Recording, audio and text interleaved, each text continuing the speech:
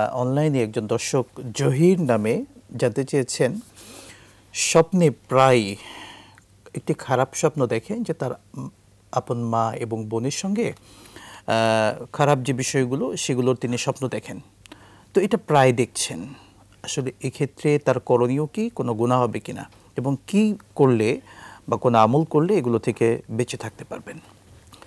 আলহামদুলিল্লাহ, চমৎকার একটি জীবন ঘনিষ্ঠ প্রশ্ন। আমাদের প্রায় সময় আমরা দেখি স্বপ্নে অনেক কিছু, ভয়ভীতি দেখি, খারাপ কিছু স্বপ্ন দেখি, ভালো স্বপ্ন দেখি।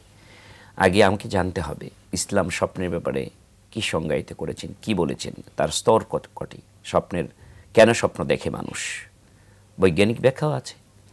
এর পাশাপাশি ইসলামকে আমাদের জানতে হবে। আমরা জানি নবী যারা পৃথিবীতে ছিলেন, নবী রাসূল, তারাও স্বপ্ন দেখেছেন।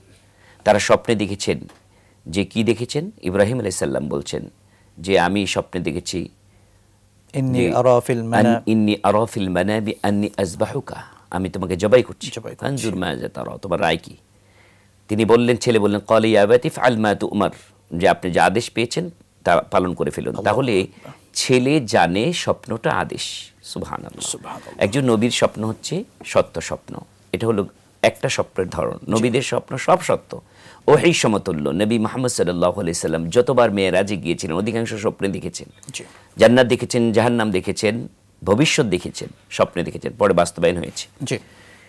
দ্বিতীয় নম্বর স্বপ্ন হচ্ছে মুমিনদের স্বপ্ন। মুমিনদের স্বপ্নে 40 ভাগের 1 ভাগ নবুয়তের, নবীদের স্বপ্নের 40 ভাগের 1 ভাগ আল্লাহ রাব্বুল আলামিন মুমিনদেরকে সতর্ক করেন স্বপ্নের মাধ্যমে। আরেকটি হচ্ছে শয়তানের পক্ষ থেকে স্বপ্ন। আপনি সারাদিন কুচিন্তা, কুধারণা, খারাপ চিন্তা করেছেন, ও থেকে আপনাকে স্বপ্নে শয়তান আপনাকে পথভ্রষ্ট করছে। এখন আপনাকে চিন্তা করতে হবে, আমি যে খারাপ স্বপ্নগুলি দেখছি এটার মূল কারণ কি? আমি কি অপবিত্র অবস্থায় রাত্র যাপন করছি? আমি কি খুব খারাপ চিন্তা নিয়ে ইউটিউব, ফেসবুকে আমি যে খারাপ দৃশ্যগুলি এগুলি দেখে দেখে আমি অভ্যস্ত হয়ে গেছি? আমার মন কি ওদিকে ধাবিত হয়ে গেছে? তাহলে আপনি তওবা করুন, ইস্তিগফার পড়ুন। রাত্রে শোয়ার আগে আপনি বিশেষ করে এই 3টা সূরা পড়ুন। কি? সূরা ফালাক, সূরা নাস, সূরা ইখলাস পড়েন, হাতে ফু দেন, 3 বার মাথা থেকে পা পর্যন্ত মুছে দেন, তারপরে ঘুমিয়ে পড়ুন। ওযু করেন, আয়াতুল কুরসি পড়েন। আয়াতুল কুরসি যদি ঘুমানোর আগে একবার কেউ পড়েন, নবী মুহাম্মদ সাল্লাল্লাহু আলাইহি সাল্লাম বলেছেন সারা রাত আল্লাহ রাব্বুল আলামিন তাকে পাহারা দিবেন। সুবহানাল্লাহ। কাজেই স্বপ্নের মধ্যে যা কিছু কল্যাণ হবে, ওই রাতে যা কিছু আসবে, যা কিছু পাবে, সব কল্যাণ হবে। আপনি যদি স্বপ্নে খারাপ কিছু দেখেন, ওটার মধ্যে কল্যাণ হতে পারে।